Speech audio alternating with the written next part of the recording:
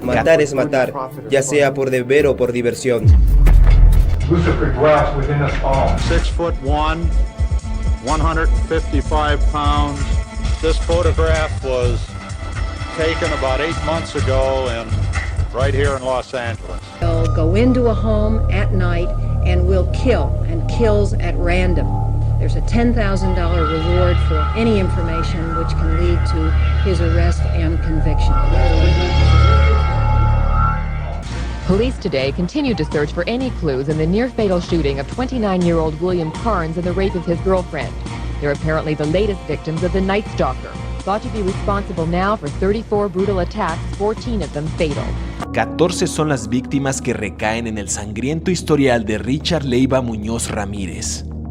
Durante meses, el otrora monaguillo de Texas personificó al propio demonio, aterrorizando al sur de California con los asesinatos más macabros y las torturas más despiadadas. Hechos que realizaba al filo de la oscuridad, resguardándose en las sombras y la soledad de las calles, haciendo más difícil su búsqueda y captura. Desde junio de 1984 hasta agosto de 1985, su ola de crímenes puso en vilo a los residentes del área metropolitana de Los Ángeles y luego a quienes vivían en el área de San Francisco.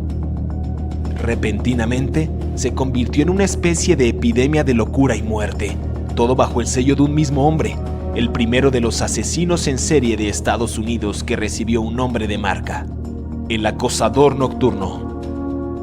Para Richard, nada era suficiente. No había patrones, no había un estilo. Usó una amplia variedad de armas: pistolas, cuchillos, un machete, un artefacto de hierro e inclusive un martillo. Se aprovechó de hombres, mujeres, jóvenes, adultos y ancianos.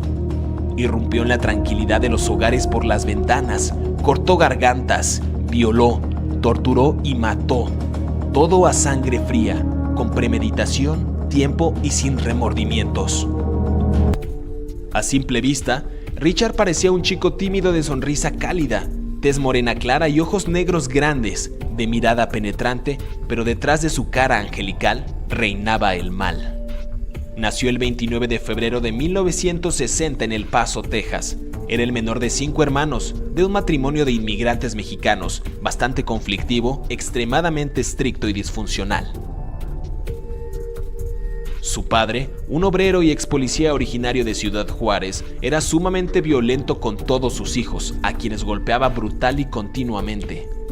A ello se suma que cuando era niño quedó inconsciente tras golpearse la cabeza con un columpio mientras jugaba en el parque, lo que provocó que sufriera ataques de epilepsia hasta la pubertad. Para él, tal y como describió en una entrevista televisiva en 1993 con Inside Edition, todo lo vivido había sido parte del cóctel perfecto para desatar su furia: pobreza, drogas y por supuesto abuso infantil. Y en algún momento en la vida explota. Lo que vivió en casa cuando era niño, cuentan sus cercanos, lo llevó a comenzar a robar cuando tan solo tenía 9 años de edad. Poco después, aún en Texas, se inició en el mundo de las drogas. Quienes lo conocían llegaron a contar que a Ramírez le encantaba salir de casa. Entrada su adolescencia, se rodeó de su primo Miguel, Mike Ramírez, un boina verde del ejército de Estados Unidos y veterano condecorado de la guerra de Vietnam, quien con orgullo mostraba a Richard numerosas fotografías de los crímenes de lesa humanidad que había cometido, de sus violaciones, torturas, asesinatos, incluso posando junto a cadáveres mutilados de mujeres vietnamitas. Mike le narraba los escabrosos detalles de sus crímenes de guerra y le enseñaba técnicas para asesinar con sigilo, tal y como él las había aprendido en el ejército. Además, en 1973, Richard fue testigo del momento en que Mike asesinaba a su propia esposa, a sangre fría, con una escopeta después de una violenta discusión. El primo le fue llenando la cabeza de detalles, maniobras y secretos que lo harían después un perfecto asesino en serie. A sus 18 años, Richard ya había abandonado los estudios. Había perdido su trabajo en un hotel en su natal Texas por intentar abusar de unos niños en un ascensor. También irrumpía en los dormitorios de los huéspedes para robar y había intentado violar a una mujer que se encontraba sola en su habitación. Una vez establecido en Los Ángeles, los delitos de Ramírez se fueron agravando. Fue arrestado en 1983 por robo de un automóvil y para cuando ya fue finalmente liberado en el 84, se había convertido en un individuo frío, distante e incluso insensible. Pasó mucho tiempo secuestrando a niños y soltándolos poco después, solo para verlos sufrir, porque jamás reclamó por sus rescates. Y de ahí empezó a asesinar sin pautas concretas, mataba a personas sin importar su sexo, raza, edad, condición u oficio. En algunos casos era muy cuidadoso de no dejar huellas ni pistas, y en otros actuaba tan a la ligera que dejaba rastros de ADN o la marca de sus zapatos. Además, en muchas oportunidades dejaba pintados símbolos satánicos en las paredes de la escena del crimen. Años después, Richard explicó que se sentía fascinado por Satán. Llegó a decir que había sentido poderes malvados, como si estuviese poseído, y que había sido enviado a la tierra por el dios del mal. Se podría pensar que una persona con un historial como este solo despertaría el odio, pero no. El acosador nocturno logró despertar las más intensas pasiones, no solo de aquellos interesados en conocer la verdad detrás del asesino, sino incluso de abogadas y fiscales que se peleaban por su atención. Sus seguidoras se trasladaban hasta la corte para verlo, decían no sentir miedo y hasta confiaban en su inocencia. Se casó con una de ellas, Doreen Lyon, quien le escribió alrededor de 75 cartas durante su encarcelamiento, en las que le aseguraba creer tanto en él que sería capaz de quitarse la vida una vez él fuera ejecutado. Richard Ramírez fue sentenciado el 7 de noviembre de 1989 a morir en la Cámara de Gas de California 19 veces, pero su ejecución nunca ocurrió. Falleció de insuficiencia hepática y linfoma en el Hospital General de Marin en California a los 53 años el 7 de junio de 2013. Para entonces, estaba comprometido con Kristen Lee, una escritora de 23 años.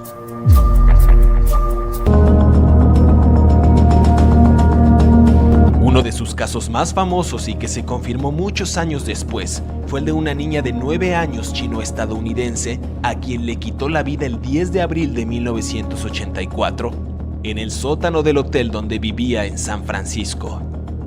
La violó y golpeó para luego matarla a puñaladas. Su cuerpo lo colgó de una tubería. Las autoridades ligaron este homicidio a Ramírez por el ADN hallado en el lugar, pero no hubo cargos oficiales.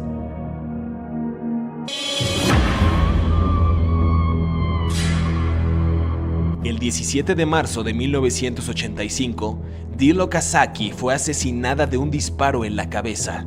Este es quizá uno de sus crímenes más recordados por la frialdad con la que atacó a su víctima. Deal estaba escondida detrás de una mesa de la cocina. El acosador nocturno esperaba pacientemente por ella. Cuando la víctima pensó que estaba sola y levantó su mirada por encima del mostrador, esperó hasta ver el miedo en sus ojos y le disparó.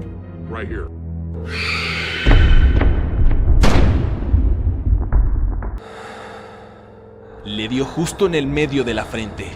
Minutos antes, Richard había atacado también a la amiga con la que Deal vivía en esa casa.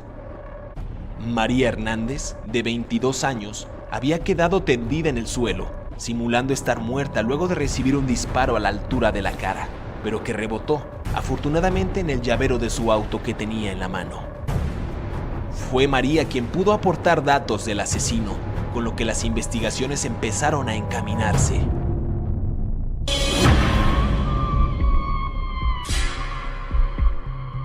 Diez días después, el 28 de junio de ese mismo año, Jenny Binkow, de 79 años, fue brutalmente asesinada en su apartamento de Glacial Park en Los Ángeles. El hombre la había apuñalado repetidamente mientras dormía en su cama y le cortó la garganta tan profundo que casi la decapitó. Desde entonces, la mayoría de los casos fueron de matrimonios de sexagenarios. La escena empezaba a repetirse. Comenzaba matando de un tiro al hombre y luego violaba y dejaba sin vida a la mujer.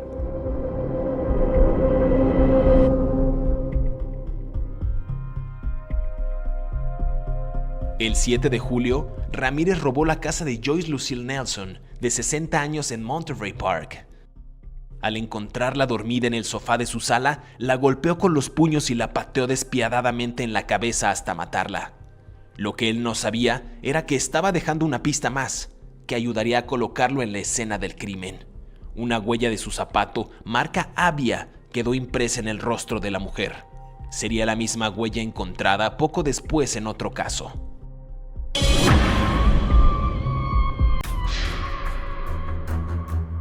A finales de julio, Ramírez volvió a atacar, esta vez matando a Lelaine Maxon Nading en Glendale. La misma mañana, mientras la policía estaba investigando ese crimen, otro cuerpo apareció a unos pocos kilómetros de distancia en Sun Bailey. China Ron Covenant fue encontrado muerto a tiros con una pistola calibre 22. Su esposa e hijo fueron agredidos sexualmente, pero los dejaron con vida. El arma utilizada en todos los asesinatos de ese día, del matrimonio y de Covenant, coincidió con la utilizada en el caso de Dil Okazaki en marzo. Se encontraron 2 huellas más de Avia en la escena del crimen en Sun Bailey. En este punto, la policía publicó un dibujo compuesto del sospechoso, a partir de las víctimas que quedaban con vida y de los relatos de los niños que habían sido secuestrados meses antes.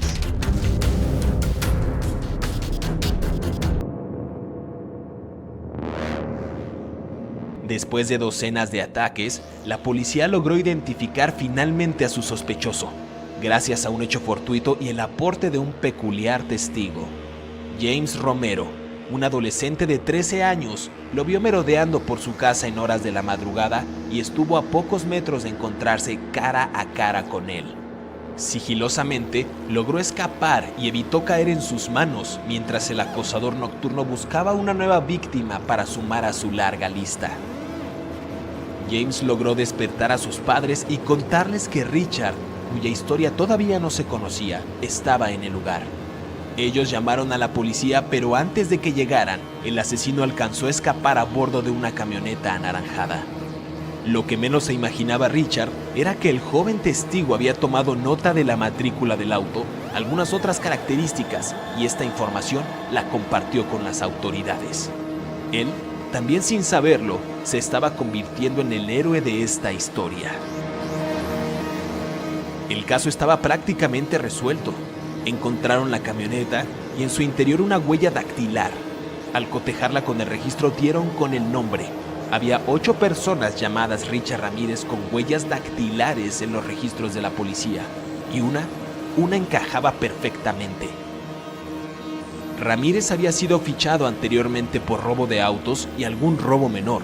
La policía tomó esa fotografía de la reserva de 1984 y la envió al informante en San Francisco, quien identificó al hombre de la foto como Richard Ramírez, el Night Stalker o el acechador nocturno. En la mañana del 31 de agosto de 1985, la foto del sospechoso llegó a la portada de los diarios. En pocas horas, los hasta entonces aterrorizados residentes de un vecindario del este de Los Ángeles lo vieron intentando escapar en un auto robado para evadir a la policía. Los vecinos lo capturaron y golpearon brutalmente, haciendo justicia con sus propias manos. Me complace notificar que el individuo que tengo en custodia es Richard Ramírez, el acosador nocturno. Su familia lo llamó Richie. Un medio de Los Ángeles lo llamó el asesino sin cita previa. Para otros, él era el intruso del valle, pero el nombre al que todos se aferraron, incluso el propio Ramírez, fue The Night Stalker, el acosador nocturno. Su caso se vio en la corte por 4 largos años, y es que Ramírez se encargó de interrumpir repetidamente las audiencias mostrando signos satánicos y gritando insultos en contra del juez.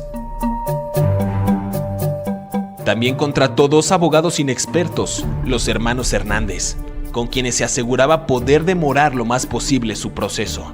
Sin embargo, en 1989, a sus 29 años de edad, fue condenado por 13 asesinatos, 5 intentos de homicidio, 11 agresiones sexuales y 14 robos. Fue enviado al llamado Corredor de la Muerte de California, a la espera de que su condena fuera ejecutada. Sus días los pasó en la cárcel en San Francisco, donde esperaba además ser declarado culpable de su asesinato número 14. Ese fue comprobado en el año 2009, después de otro extenso proceso con interrupciones y poca colaboración del acusado. El jurado encuentra al acusado culpable.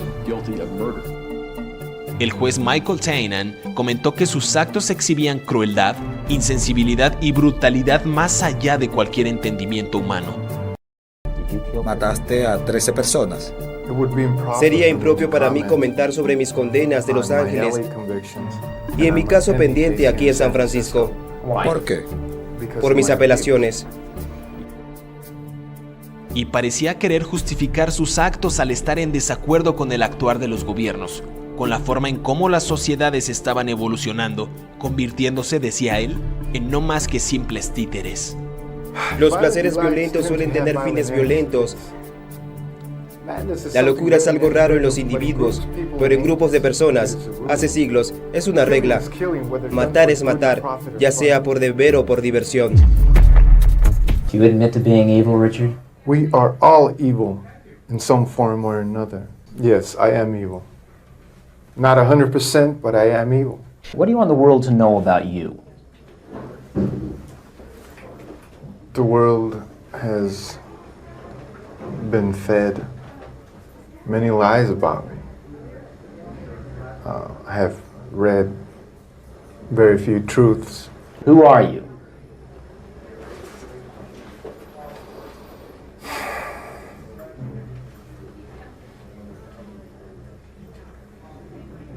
Just a guy.